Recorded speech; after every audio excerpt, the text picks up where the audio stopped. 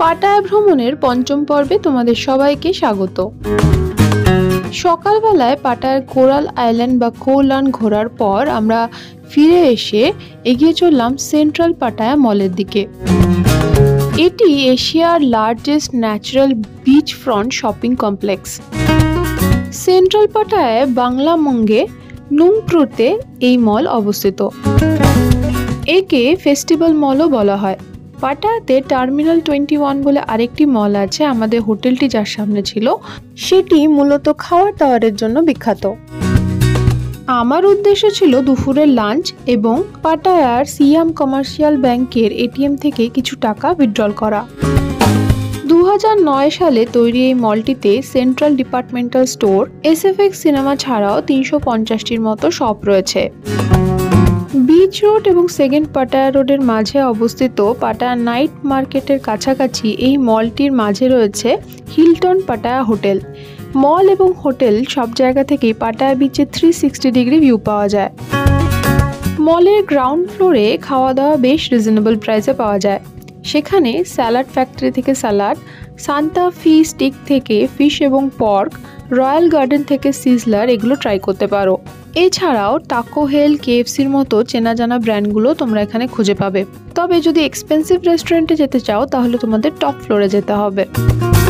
মলের সামনে যে খোলা অংশ আছে সেখানে লোকাল এবং বিদেশি পর্যটক দ্বারা অনেক লাইভ অ্যাক্টিভিটি হয়।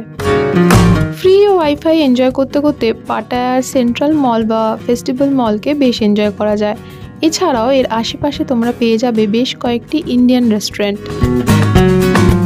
থাইল্যান্ডে তোমরা অনেকেই শুনে থাকবে পোকামাকড় ভাজা খাওয়া হয়। অবশেষে রাস্তার ধারে সেই পোকামাকড় ভাজা দেখতে পেলাম। টেস্ট করে দেখার মতো সাহসে কুলায়নি। সন্ধেবেলা আমরা চলে এলাম পাটায়া সাইসাং রোড বা পাটায়া রোড 2 এর উপরে পাটায়ার থিয়েটারে, যেখানে পারফর্ম হয় বিখ্যাত টিফানি শো। টার্মিনাল 21 এর সামনে অবস্থিত পাটায়ার থিয়েটার। এখানে ট্রান্সজেন্ডারদের দ্বারা 1974 সাল থেকে হয়ে আসছে এই টিফানি শো। এছাড়াও মিস টিফানি ইউনিভার্স হলো থাইল্যান্ডের সবথেকে বড় এবং মোস্ট পপুলার বিউটি প্যাজেন্ট। থাই ন্যাশনাল ট্রান্সজেন্ডারদের নিয়ে এটা করা হয়। এটা অনেকটা থাইল্যান্ডের বিখ্যাত আলকাজার শো এর মতোই গান এবং নাচ দিয়ে ভরানো একটি পারফরমেন্স। তবে টিকিটের দাম আলকাজার শো এর থেকে অনেক বেশি। টিকিটের দাম এত বেশি হওয়া সত্ত্বেও এই মডেলদের সাথে যদি তুমি ছবি নিতে যাও তাহলে পকেট থেকে 100 বাটস করে গচ্ছা যাবে। তাই আমি রেকমেন্ড করব তোমরা যদি টিফানি আর আলকাজার শো দুটোর মধ্যে চয়েস করার সুযোগ পাও তাহলে অবশ্যই আলকাজার শোটা দেখো। হলের ভেতরে ফটোগ্রাফি বা ভিডিওগ্রাফি কিছুই অ্যালাউ ছিল না। সামনে দেখা যাচ্ছে টিকিট ঘর। এখান থেকে টিকিট না কেটে বিভিন্ন সাইট থেকে ডিসকাউন্টে টিকিট কাটা অনেক ভালো।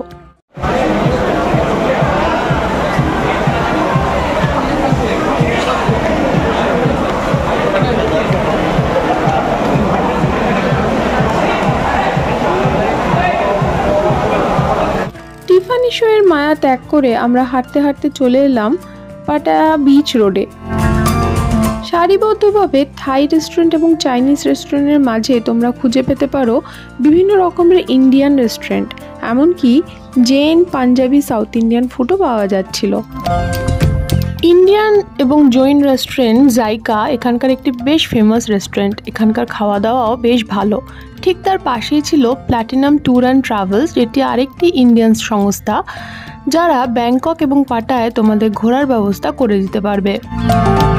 থাইল্যান্ডে এসে ইন্ডিয়ান ফুড খাওয়ার কোনো মানে হয় না, তাই একটি থাই রেস্টুরেন্ট দেখে বেশ গুছিয়ে বসে সান্ধ্যভোজ সাথে সাথে পরের প্ল্যানটা করে নিলাম। রাস্তার ওই পারেই রয়েছে সমুদ্র।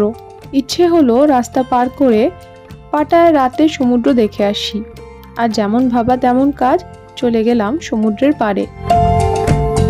পরিবেশটা এতটাই সুন্দর ছিল যে চুপচাপ সমুদ্রের পাড়ে এসে বসলেও মন ভালো হয়ে যায়।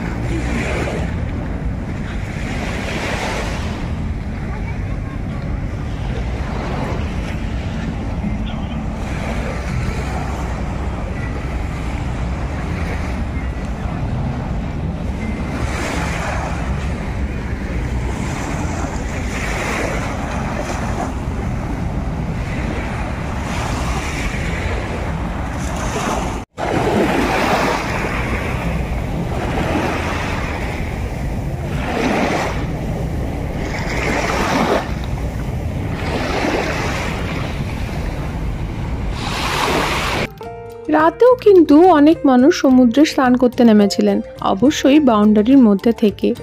এরপরেই গাড়ি নিয়ে রওনা দিলাম বহু প্রতীক্ষিত পাটায়ার ওয়াকিং স্ট্রিট দেখতে।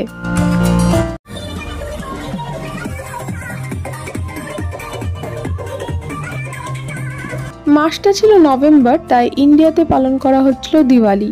পাটায়া বিচেও কিন্তু ইন্ডিয়ান সং চালিয়ে এবং বিভিন্ন রঙ্গোলি দিয়ে ইন্ডিয়ান দিওয়ালি পালন করা হচ্ছিল। চলে এসেছি পাটায়ার ওয়াকিং স্ট্রিটে। পাটায়ার নাইট লাইফের অনুভূতি নিতে হলে পাটায়ার ওয়াকিং স্ট্রিটে আসতেই হবে। এটি একটি রেড লাইট কিন্তু সেফ জোন। 1 কিলোমিটার লম্বা এই রাস্তায় বিকেল 6টা থেকে রাত 2টো অবধি সমস্ত ট্রাফিক বন্ধ করে রাখা হয়।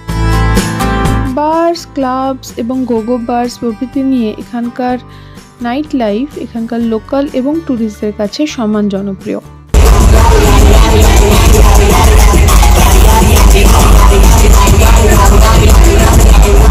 লাউড মিউজিক, নিয়ন লাইট এবং হোটেলে জমজমাট এই এলাকা। এখানেও দেখতে পেলাম 7-Eleven's স্টোর।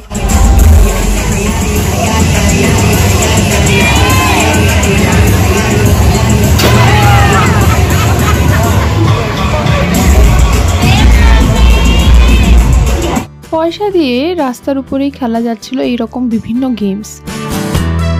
এছাড়াও ছিল ভাইরাল করা সেই আইসক্রিম কোন। বিভিন্ন বারে অ্যাডাল্ট শো হচ্ছিল। এছাড়াও ছিল কারাওকে বার্স। যারা নাইট লাইফ পছন্দ করো তাদের জন্য এই জায়গাটা স্বর্গরাজ্য। এছাড়া খাদ্য রসিকদের জন্য বিভিন্ন সুস্বাদু সি ফুড বিভিন্ন রেস্টুরেন্টে সার্ভ করা হচ্ছিল। পার্টি লাইফ যারা পছন্দ করো তাদের জন্য একটা ওয়াইল্ড নাইট আউট হতে পারে। সাংঘাতিক এনার্জেটিক ইলেকট্রিক্যাল এনভায়রনমেন্ট ছিল এখানে। ক্লাব, পাব বা বারে যদি তুমি নাও যাও তবুও এই নাইট ভাইবসটা এনজয় করার জন্য লাইফে একবার হলেও তোমাকে এখানে আসতেই হবে।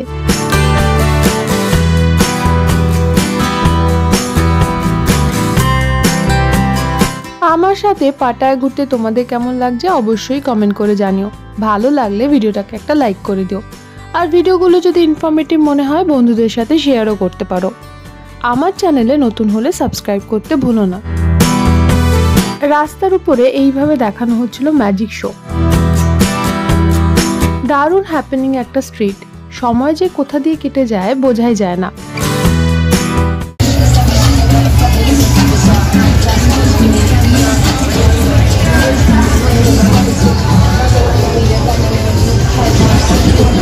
হোটেল বা বারের সামনে দাঁড়ানো এই মেয়েরাও কিন্তু যথেষ্ট ডিসেন্ট ছিলেন। কলকাতার পার্ক স্ট্রিটে যেমন তন্ত্র একটি অত্যন্ত জনপ্রিয় ডিস্কোথেক, তেমন এখানেও ছিল তন্ত্রা। এখানে উইডস বা গাঁজা কিন্তু বেশ জনপ্রিয় এবং লিগ্যাল। প্রচন্ড হাই এনার্জি যুক্ত একটি অত্যন্ত সেফ জায়গা। অবশ্য নিজেই নিজের হাতে যদি কন্ট্রোলের বাইরে চলে যায় তাহলে কারোরই কিছু করার থাকে না। আমি যদিও পার্টি গার্ল নই, তবুও পুরো রাস্তাটা জুড়ে চরকির মতো 2-3 বার পাক খেতে একদমই খারাপ লাগছিল না। এক নতুন ধরনের অন্য রকমের অভিজ্ঞতা হচ্ছিল। বেশিরভাগ ক্লাব এবং পাবগুলোতে হাই মেটালিক মিউজিক চললেও আমাদের ইন্ডিয়ান বলিউডও কিন্তু কম যায় না। বেশ কয়েকটা পাবে চলছিল ইন্ডিয়ান বলিউড মিউজিক। আবার কিছু কিছু জায়গায় ঢোলের তালে তালে হচ্ছিল ভাংড়া ডান্স।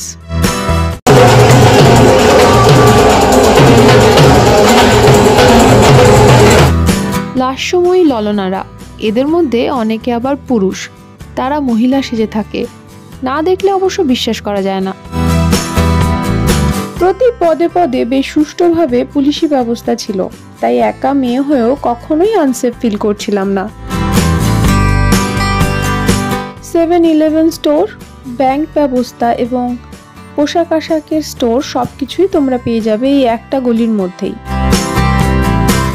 আমার সাথে পাটায়া ঘুরতে ঘুরতে তোমরা যে কটা জিনিস দেখলে, এছাড়াও art in paradise, Mini Siam, Ramayana water park, tiger park, Alcazar cabaret show, Ripley's believe it or not, Pattaya's night bazaar, Wat Yang নাসাংওয়ারানাম বা নাসাংওয়ারানাম temple, Columbia Pictures Aquaverse, the million year stone park এবং পাটায়া ক্রোকোডাইল ফার্ম এগুলো দেখে নিতে পারো। কাল সকালে আমরা প্ল্যান করলাম দেখতে যাব স্যাংচুয়ারি অফ ট্রুথ। একটা দুর্দান্ত memorable electrifying energetic night life দেখার পর টুকটুক ধরে ফিরে এলাম হোটেলে। বানাতে হবে কালকের প্ল্যান। কালকে পাটায়াতে লাস্ট দিন, দিনের বেলাটা লাস্ট সাইট সিন করে আমরা বেরিয়ে যাব ব্যাংককের দিকে। তোমাদের সাথে আবার দেখা হবে আমার পরের ভিডিওতে। ততদিন সবাই খুব ভালো থেকো। এখন তবে আসি, বাই।